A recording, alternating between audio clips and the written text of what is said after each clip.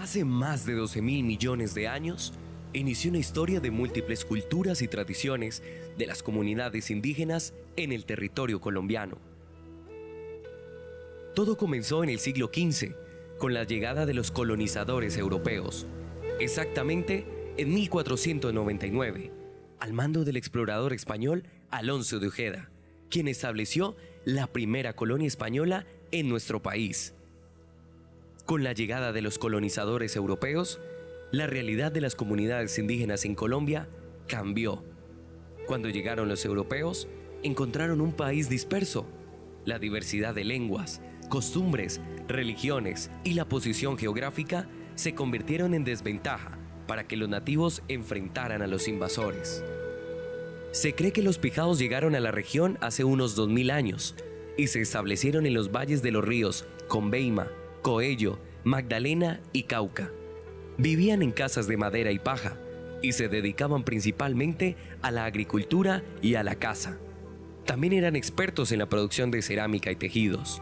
Sin embargo, originalmente esa denominación, pijao, fue usada por los españoles para referirse a solo una de las muchas comunidades que encontraron en la región, desconociendo la diversidad cultural que existía al momento de la conquista.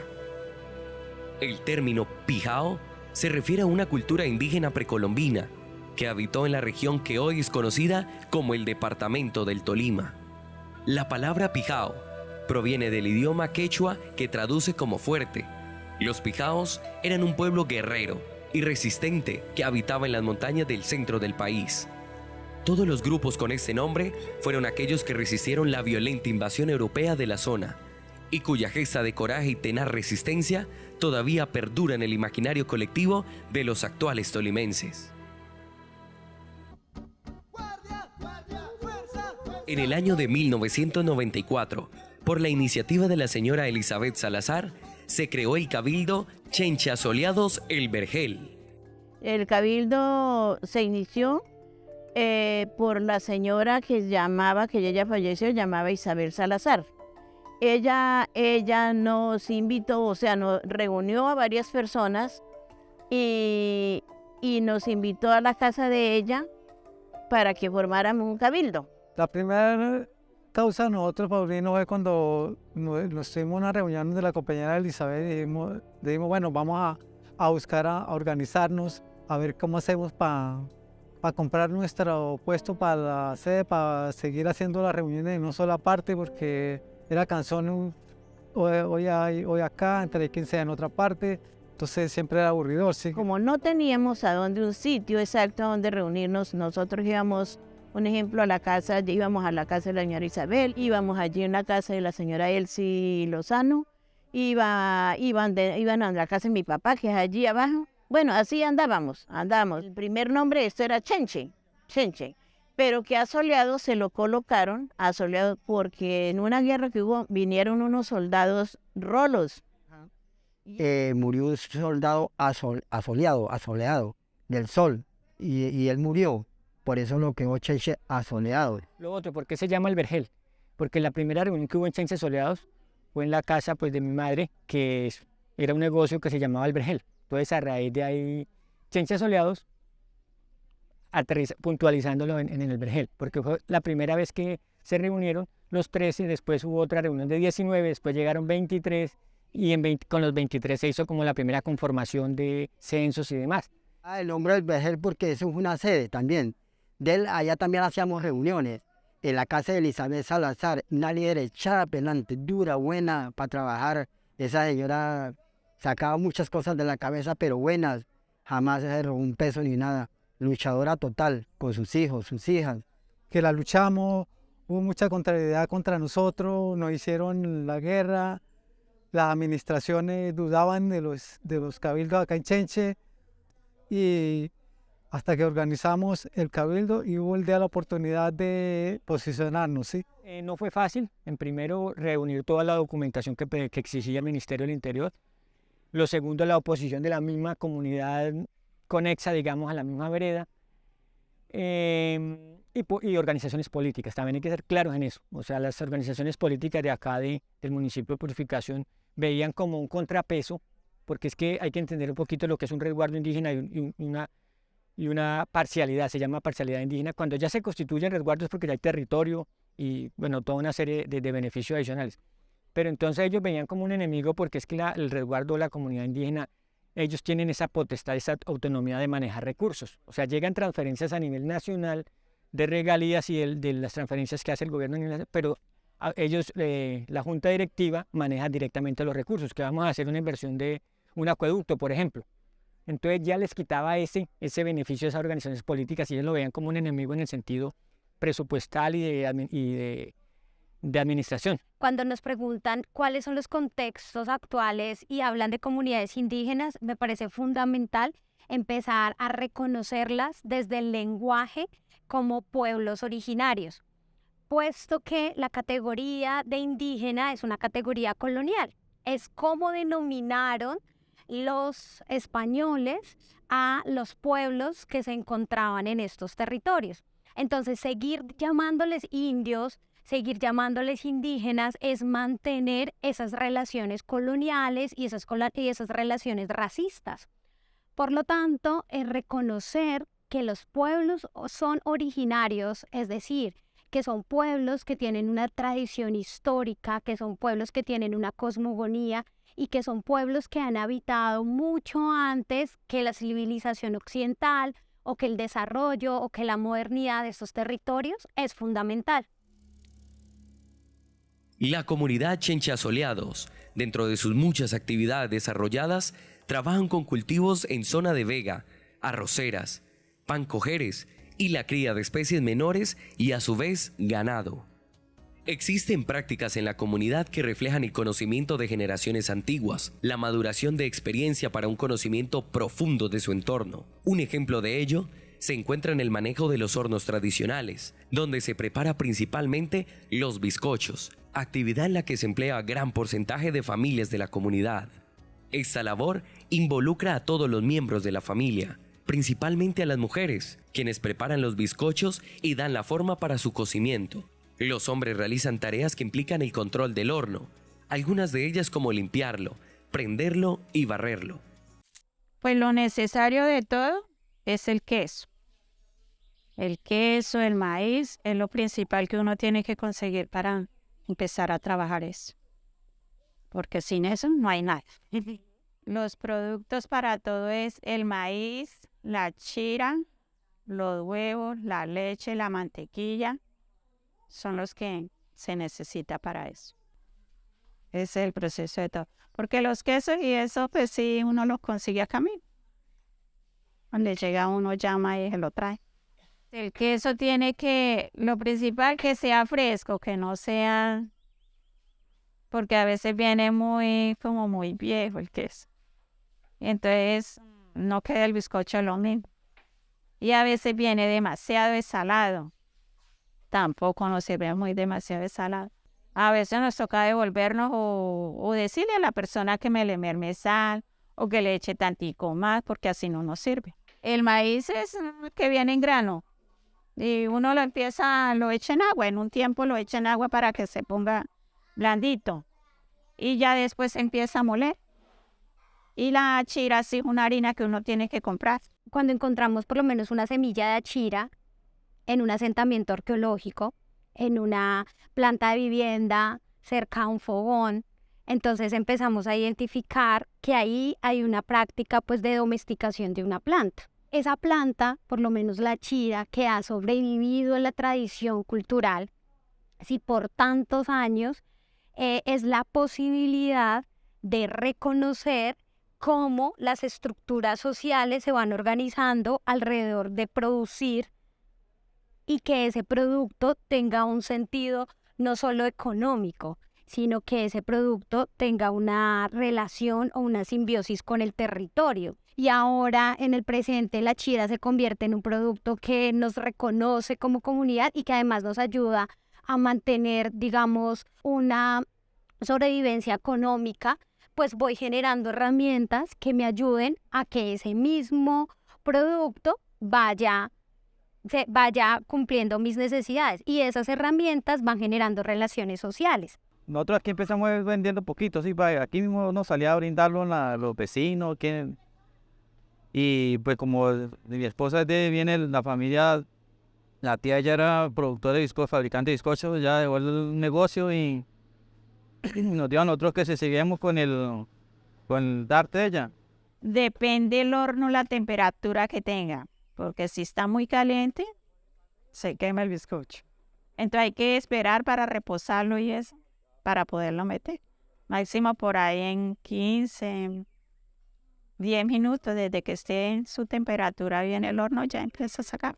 Hay que estarlo mirando. Si está muy caliente, uno catea, ¿sí? Uno catea. Y si el bizcocho sale muy quemado, diga, está bravo. Entonces se empieza a echarle agua a una escoba y empieza para bajarle la temperatura. Lo que llama uno por aquí escoba, se hace el moñito de las hojas esas y se moja para sacar. Primero que todo, la montó uno la brasa y la empuja hacia el lado del calentador. El calentador es para la parte de atrás para que dure harto tiempo el calor, no enfríe muy rápido. Y para que no le quede ceniza, porque como el carbón se vuelve ceniza, entonces parece que utiliza la planta del londequero o mosquero, que llaman también por acá. O sea, estos palos, esto no, porque al meterlo con el carbón caliente, eso queda los puros palos y no sirve para barrer el horno. Porque se quema toditico y que va a barrer uno el horno con el palo. Entonces no, tienes que la escoba dure harto para poderlo barrer. Pues nosotros le echamos la leña, la madera, ¿sí? Se le echa en forma de apilada, hace así en cruz para que se prenda fácil, no demore mucho en prenderse y está uno regando la brasa para el lado y lado, todo el diámetro del horno para que quede parejo la temperatura por todos lados de piso y así de cielo, que llama uno la temperatura de arriba. Para eso el bizcocho, la mejor leña es el de guas. Es la mejor leña. Porque sostiene bien el calor en el horno. Y para uno que sostenga bien el calor, tiene que, porque como después necesita para tostar el bizcocho, entonces tiene que tener su calorcito. Porque si se nos enfría el horno con otra leña, hay que volverlo a estarlo caldeando. Entonces, eso es lo que pasa.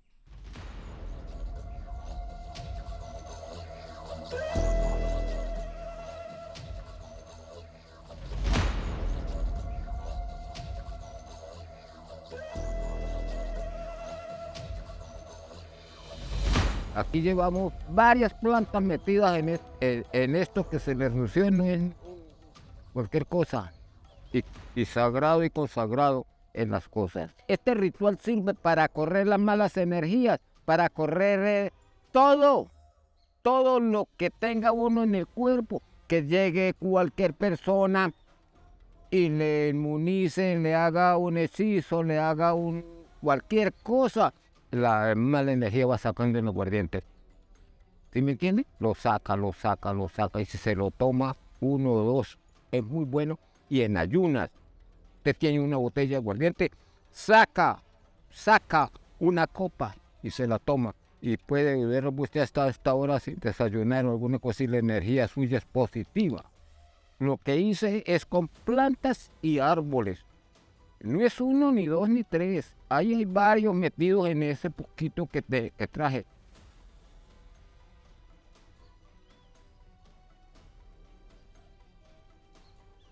Entonces, para eso se hace esta iluminación, este ritual, así como es, para sacar todas las malas energías que tengan el cuerpo de nuestro ser humano. Hay algo fundamental de la práctica y es que la práctica integra. En cambio, la ciencia fragmenta, ¿sí? Entonces, la ciencia fragmenta y especializa un conocimiento para sacar un saber. Grandes desarrollos de las farmacéuticas, sobre todo a nivel norteamericano, fueron gracias a los estudios que hizo Evan Schultes en el Amazonas sobre las plantas del Amazonas. Y el estudio que hizo Evan Schultes sobre las plantas del Amazonas lo pudo hacer gracias a que los pueblos originarios del Amazonas lo recibieron dentro de su comunidad y le mostraron cuáles eran las plantas. Claude Lévi-Strauss nos explica a los científicos que los pueblos originarios sí tienen una lógica y una forma diferente de hacer eso que llamamos ciencia. Estamos al pie de un árbol que, en primer lugar, de los árboles o de las plantas medicinales está el totumo, que es este.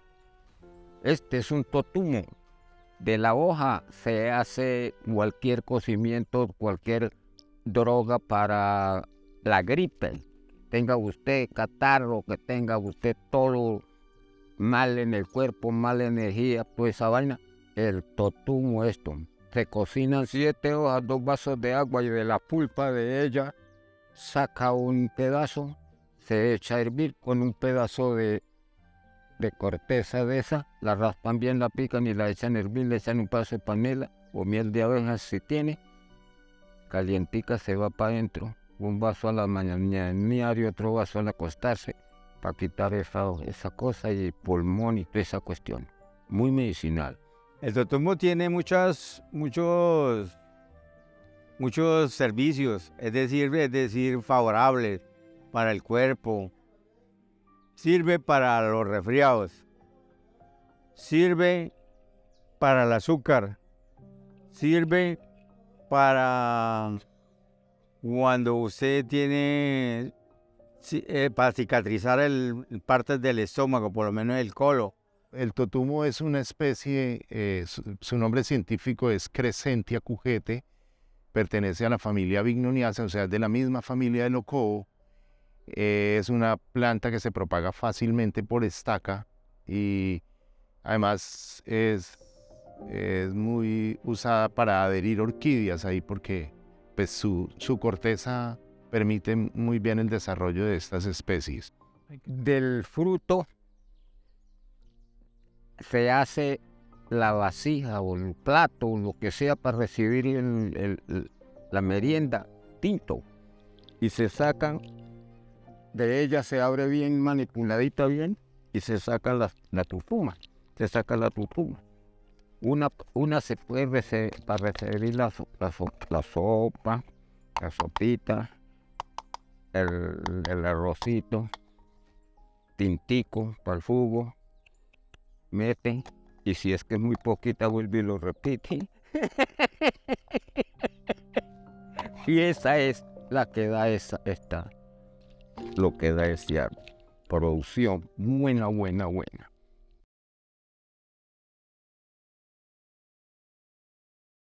Este lo llamamos sazafrás, un árbol medicinal.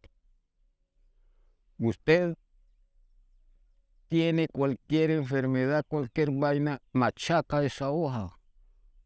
Que tenga nacidos, que tenga grano, que tenga chunche, que tenga viruela, que tenga cualquier cuestión.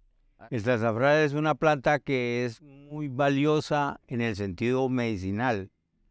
¿Por qué le digo? Y sirve incluso para cosas que se deben retirar vainas, malas energías. Incluso sirve el sazafrán. Usted tiene en la casa un mal imperio, lleva hojas de estas, o lleva una rama, la mantiene. No puede ser grande, puede ser pequeña, y la mantiene.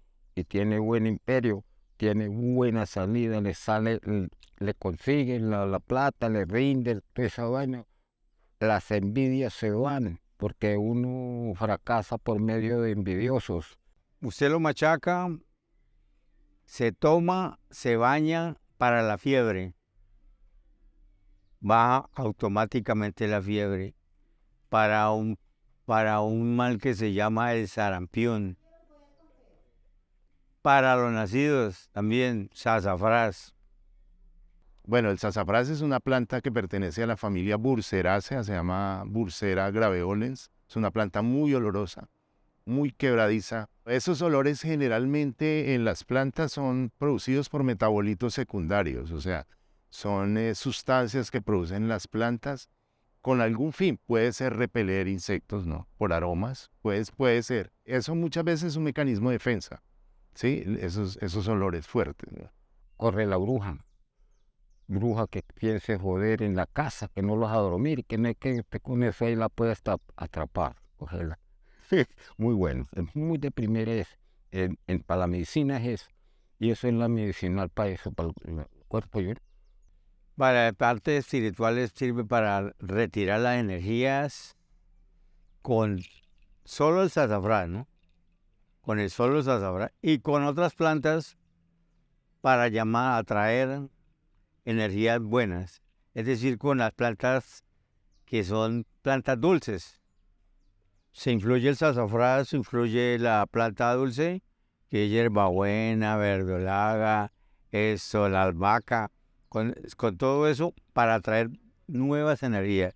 La arqueología es fundamental pues para el patrimonio natural, porque a partir de los estudios arqueológicos podemos construir desde visiones históricas esa identidad o ese acercamiento de una manera diferente al ambiente, reconociendo pues esa relación, es decir, no podemos ser sociedad sin lo ambiental. Por ende, si tenemos unos estudios arqueológicos que nos hablen de esto, podemos reconocer la importancia de conservar, de salvaguardar el patrimonio natural.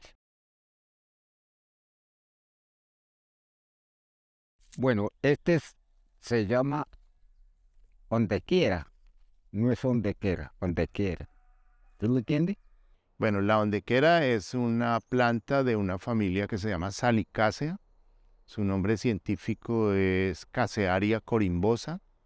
Son plantas que uno las encuentra muy, como con una amplia distribución. Pues casualmente lo llaman ondequera porque el campesino dice que dondequiera que uno va, lo encuentra. Donde quiera. También es una planta medicinal.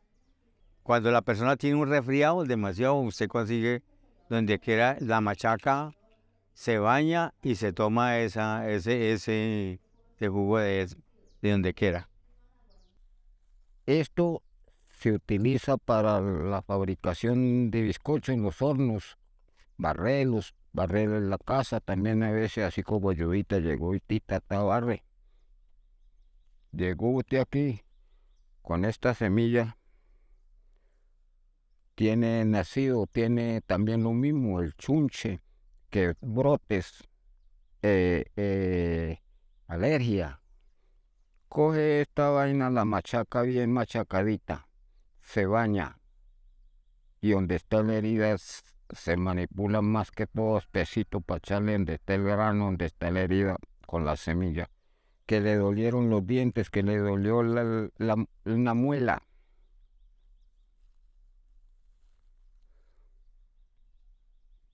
Llegó usted y agarró las semillas de esto, al dolor de una muela, y hace el buche que llamamos. Talmente se duerme donde está y nunca jamás le vuelve a doler la muela ni los dientes. Esas especies son nativas de Colombia.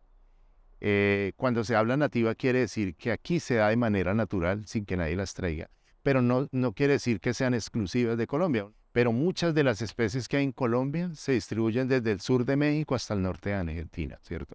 Pero esas 3 especies son nativas. De hecho, uno las encuentra en el bosque seco tropical, ¿no? Nosotros como hermanos debemos de trabajar de una manera armonizada, de tal manera que nos provean nuestros nutrientes, nuestros recursos para nuestra supervivencia, pero que también preservemos lo que está alrededor. Aquí lo podemos ver, lo podemos apreciar. Qué hermoso es estar uno y dar gracias a nuestra Madre Tierra, a nuestra Pachamama, que nos da ese poder, ese permiso de que nos sostenga y que nos alimente, nos dé el diario vivir. Eso es muy hermoso, contar con nuestra Pachamama que nos da todo, digámoslo así, que nos da todo.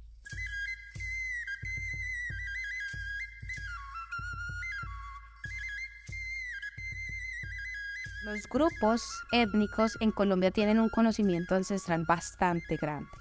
De hecho, nosotros conocemos menos de la mitad del gran conocimiento que ellos tienen. Entonces, ¿cómo podemos hacer para valorizar ese conocimiento?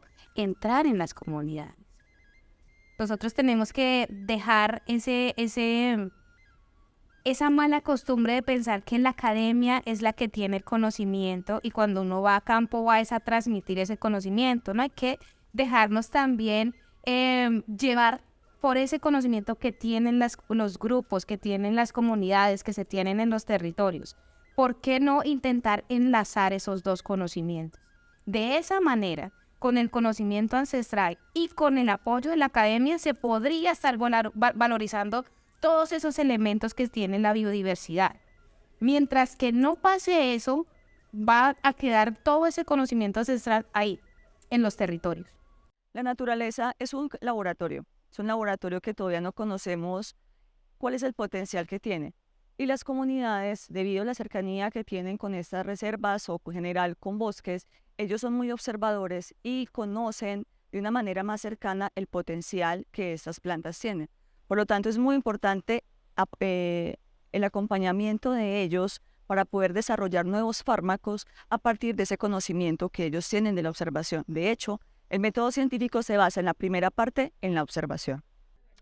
Que nosotros recalcamos mucho con los jóvenes de que es muy bueno que conozcan y se empapen de la historia, porque aquí no fue fácil. Porque los muchachos quieren ahora, la idea es que conozcan de dónde venimos y que sigan manteniendo y ojalá mejorando ese acervo ancestral. Si los niños, si los jóvenes de los pueblos originarios pueden tener dentro de las escuelas a las que van en los pueblos, pueden tener en este tipo de aparatos contenido que valore, ¿sí? Contenido que visibilice y contenido que reconozca la importancia de los saberes de su comunidad, pues se van a dar cuenta que son fundamentales. Pero si el celular se convierte mejor en una herramienta que permita reconocer que lo que yo aprendo en el resguardo, que lo que el resguardo significa territorialmente para la comunidad, que haya realmente diálogo de saberes y una etnoeducación, no para los resguardos, sino para toda la sociedad. Y ahí vamos a empezar a decir, ahí la gente va a decir, uy, yo quiero ser chamán porque yo quiero ir a dar clase en la universidad sobre lo que implica el sistema tradicional de salud a través de plantas medicinales. Yo quiero ser chamán porque yo voy a ir a dar un curso en la universidad y un curso donde me van a pagar como un docente universitario. Ahí yo sí voy a querer ser chamán y no se trata de instrumentalizar, se trata de reconocer la realidad en la que vivimos. Pues mire, Chencha Soleado ya sabemos que es una vereda muy, muy grande en población y que es nuestro territorio y por lo tanto aquí están todos nuestros niños. Aquí hay escuelas y colegios, pero cómo nos gustaría que en estas escuelas y colegios hayan los etnoeducadores para que así no se pierda la identidad de nosotros y que más que nosotros formar una escuela sería como que en las escuelas se esté dando la educación que verdaderamente merecen nuestros niños y niñas indígenas y nuestros jóvenes. Es fundamental generar procesos educativos, etnoeducativos de diálogo de saberes. Es decir, la etnoeducación no es solo estar en las comunidades indígenas o en los pueblos originarios y decir, entonces como acá hay un pueblo originario, necesitan etnoeducación. No, la etnoeducación es transversal. Es que los pueblos originarios también lleguen a las escuelas, entre comillas, occidentales de primaria y de bachillerato, porque a esas escuelas y a ese mundo es el que está llegando los niños y jóvenes de los pueblos originarios. Usualmente yo siempre he insistido en el tema del aprendizaje, o sea, el aprendizaje, el conocimiento es, bueno, en otros términos como para englobarlo el tema de la educación, pero la educación ancestral, no la educación que nos va. Entonces, un primer elemento es ese, o sea, iniciar con un programa bien fundamentado en educación ancestral. Estamos luchando por eso, de que en estas escuelas, repito nuevamente, haya los etnoeducadores que pueden de verdad darle una formación integral a nuestros jóvenes y niños. Y hay en la comunidad compañeros preparados, profesionales que ya tienen el curso, que el primer requisito es tener el curso de etnoeducadores y ya lo han hecho, entonces estamos en ese proceso y eso confiando en Dios que en el 2024 ya eso sea un hecho esta proyección que nosotros tenemos, que en escuelas y colegios los niños sean preparados por nuestros propios etnoeducadores. Pues yo le diría sí, a los niños pues que conserven esta tradición, que sigan, que luchen, que bueno, para que eso no se pierda, esta tradición no se pierda. Yo le pido a todos mis compañeros jóvenes, nuestros hijos que hay, que no les dé pena decir que ellos pertenecen a una organización indígena, ¿sí? Que es lo más lindo que hay, ¿sí? Que nos saquen a nosotros adelante porque ellos son nuestros futuros que nos va a reemplazar más adelante, ¿sí? Entonces, ¿por qué se van a sentir achantados dentro de un colegio o de pronto una universidad que le digan que ustedes pertenecen a una organización indígena? ¿Sí?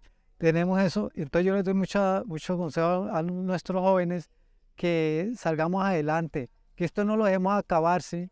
Que nuestras costumbres no los olvidemos, ¿sí?